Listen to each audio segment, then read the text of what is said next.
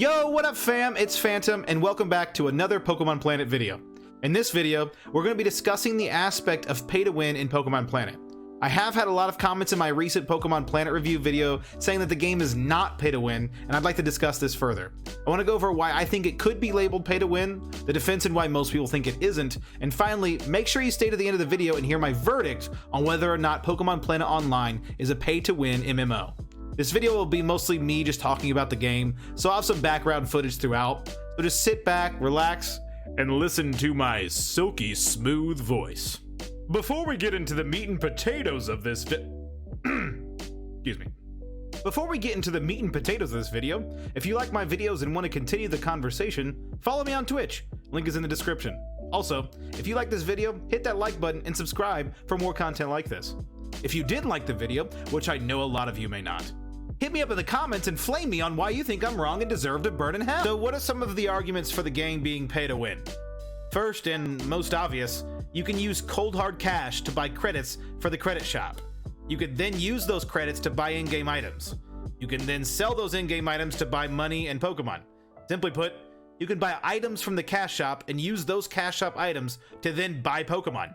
Pokemon equals power in this game, therefore you can pay to get more power. I'm oversimplifying this argument a bit, and I will flesh this argument out further in the video, but simply put, the game allows you to pay for power. This brings me to my next point. Gold membership. With gold membership, you get a 50% boost in money, XP, and encounter rates, and you get a 20% boost in shiny Pokemon. Let's first go into how impactful that really is. I usually calculate that you make roughly 100,000 per hour while grinding in Hoenn region or further with gold membership. A person who grinds at those same spots without GM is only making 67,000 per hour. You grind for 10 hours in a week, and a person without GM is making 330,000 less Pokédollars a week, and that's just for grinding. When we're talking about encounter rates, if a person without GM wanted to hunt for a legendary, their odds are 1 in 125,000 without any other boosts. With gold membership, that number drops down to 83,333. That is a difference of 41,667 encounters. If we calculate that you can do roughly 500 encounters per hour, that's an extra 83 hours more to get a legendary without GM on average. And both of these points don't go into the impact of having the boosted XP rates. Needless to say, GM is borderline necessary to play this game, or at the very least to play efficiently. Personally, I think gold membership should be abolished and everyone gets the boosted rate, but I don't see that happening anytime soon. So if it is pay to win, then how much money would it take to get something crazy, like a legendary Pokemon? I want to do a video on the best items to buy with credits, but it seems prices hover around 100 to 150,000 per 100 credits. For this video, I'll make the math easy and go with 100,000 per 100 credits. So for these calculations, 1,000 Pokédollars is 1 credit and 1 credit is 1 cent. We're going to assume you are also not buying credits during an event, which does cheapen the credit per dollar spent. Let's say I am a man who has a lot of unwanted cash and I wanted to just throw money at Brody. I want to buy as much credits as it takes to get a legendary Pokemon. On the marketplace, I found an Articuno listed for 10 million. 10 million divided by 10,000 equals 1,000 credits or $100. It seems like a lot, but I had a buddy drop $100 on Poke1 the day it came out just to roll for loot boxes, and he didn't even get anything out of it. Now what about a PvP viable legendary Pokemon? I found a usable, but definitely not great, Deoxys on the marketplace for 32 million. That'd be $320. An incredible Deoxys I found going for 155 million, which would be $1,500. It seems like a lot, but there are certainly people out there that have spent much more in this game. To myself, and most people watching this video, spending that kind of money on this game seems so insane, but it's certainly not out of the realm of possibility. Not to mention, this game encourages you to spend a lot of money with philanthropist points. Oof. You guys are gonna hate me after this video. I promise I do love this game. Philanthropist points are by far the biggest money grabbing scheme in this game. There are various ways to get philanthropist points in the game, but let's just stick to the altars. In the game, you can spend in-game money or credits to get a server-wide buff to XP in mining, fishing, or Pokemon XP. It takes 4 million Pokédollars to top off an altar from 0. If you spend 4 million in-game, you would get 5,000 philanthropist points. So what can you buy with these 5,000 points? Nothing. Absolutely nothing. The cheapest item in the shop is 6,000 philanthropist points. To get the item I would want most out of the shop, it's 15,000 for the tooth half of a key. To get the most expensive item from the shop, it's 200,000 points. You get a Jirachi. To get 200,000 points from the altar, it would cost you 160 million Poké Dollars. If we wanted to convert that to a cash again, it'd be $1,600 just for a Jirachi. And that's not even guaranteed to be a good one. This is easily the most disgusting part of the game for me. It encourages people to spend an exorbitant amount of money to get items that for most people would be unattainable. I would love to go over how you could work a minimum wage job and actually buy the best Pokemon faster than anyone else could by grinding the best spots in the game. I won't go into detail about the time to money ratio in this video, but just know that you could realistically buy the best Pokemon with money quicker than you could by grinding the best spots. Now let's get into some of the arguments that I've heard defending the pay-to-win aspect of this game. The first one, and the one I hear the most often, you still have to grind in the game to get what you want. And this one is true, but only partially. You can't just buy the Pokemon off the marketplace and get the Dex entries. You do still have to grind for the Pokedex.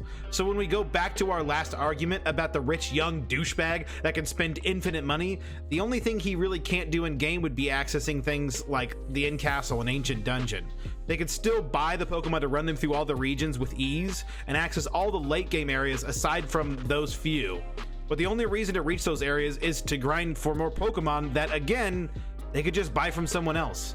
This is a really common argument I hear from others, and while I understand the argument, and I definitely think that 99.999% of the player base will just grind for their money, there is still the possibility, even through this argument, that someone could theoretically buy almost anything they want in-game with real money. Another argument against the idea of pay to win is the fact that you can't pay for skill levels through mining and fishing. Well, what does a high fishing level get you? Same as the last argument, access to Pokemon that you can grind for that ultimately you can just buy from someone else. And mining, access to arguably the best money-making method in the game, but again, rich tool douchebag doesn't care about making in-game money when he can just make more money in real life and then buy the money in game and buy the things that he wants. The last argument, and the one that I think people should really focus on when talking about the pay-to-win systems in this game, is that other MMOs apply the same quote-unquote pay-to-win tactics that I've previously spoken about. Companies like Jagex selling old school RuneScape bonds and Blizzard selling WoW tokens are two prominent examples. Now keep in mind, money is not as important in both of these games, especially in World of Warcraft, as it is in Pokemon Planet. Now don't hear me wrong, money is still very important in those games, but both of these examples have systems in place that make money not end all be all, like in PPO. WoW has the most robust system outside of their currency with their bind on pickup or bind on account items, so let's just focus on that one for now. If Brody implemented untradeable legendaries that you could get purely from grinding or various other bind on account items, money wouldn't be as important as it is now. The only thing money doesn't buy in game would be skill levels and maybe the self-caught tournaments. The frustrating thing about this particular point is the fact that there are untradeable items, but they must be bought with philanthropist points. I still hate the philanthropist point system more than any other in Pokemon Planet, and it's archaic and not good. I think they should get rid of it, but let's get back to the point at hand. Other MMOs do implement similar systems, but they aren't as reliant on their in-game money as Pokemon Planet is. Money is king in Pokemon Planet. If you have enough of it, you can basically buy whatever you want. So in conclusion, this is a money-hungry game. Brody is a master manipulator, and I want to see the death of this game, right? Not at all. We haven't gone over how impactful pay-to-win is in this game as compared to others.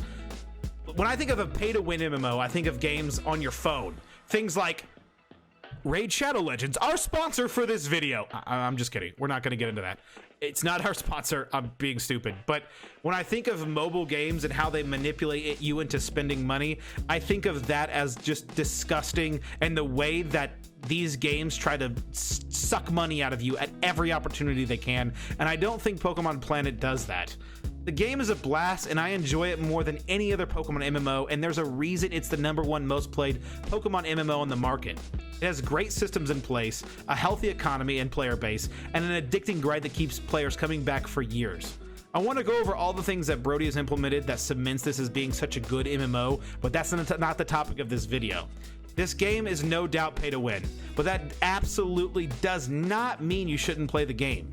The amount of people using real money to get ahead in this game is probably super slim, and it truly doesn't impact the game overall, nor does it impact the economy. The economy, like I've spoken in previous videos, is actually very healthy, and it's really fun, and it's not hard at all to just grind for everything that you would need to get with in-game money. I mean, you can realistically grind for about 8 hours in a 30-day period to make enough to pay for the next 30-day period of GM. GM, as much as I'm not a big fan of the system being in place and basically being mandatory to play the game efficiently, I can't knock the fact that it's so cheap on the marketplace that you can just grind pretty quickly to make that money back. This isn't some mobile cash grab game that is trying to take your every cent at all turns. That's not at all what I'm trying to convey, and I hope that you guys don't get this sense in this video. I'm just purely taking the stance of what is pay to win, which in my opinion would be paying for power. And is this game, are you able to do that in this game? Absolutely. But I don't think it's detrimental to the experience of the game, and I think you can still really enjoy this game, and you should still play this game. I know I've been complaining the whole video, but I promise you, if you've made it to the end of this video, please don't think that I made this video because I'm trying to trash this game. This game is amazing and it's fun, and I think you guys all should play it, but you have to understand that there are systems in place that encourage you to spend money, and that could make you get ahead of the competition, and I'm not the biggest fan of that, and I hope that those things start to go away further, and maybe with the change to Unity that will, but we will see in the future and see how Brody takes this game. But so far, Brody's done a pretty awesome job, and I really can't complain too much. This is really my biggest complaints I have. So I hope you guys enjoyed this video. If you guys did, make sure you hit that like button, make sure you subscribe, let me know in the comments. Please let me know your constructive criticism. I would love to make another follow-up video if I hear arguments that make sense and that I want to go over with people in the video and either defend it and still say I have the same stance or change my stance. Please let me know in the comments. I would love to hear what you guys have to say, and I always love talking to the community. I hope I see you guys on the Twitch channel at some point. Make sure you check that in the description as well, and I'll see you guys in the next one.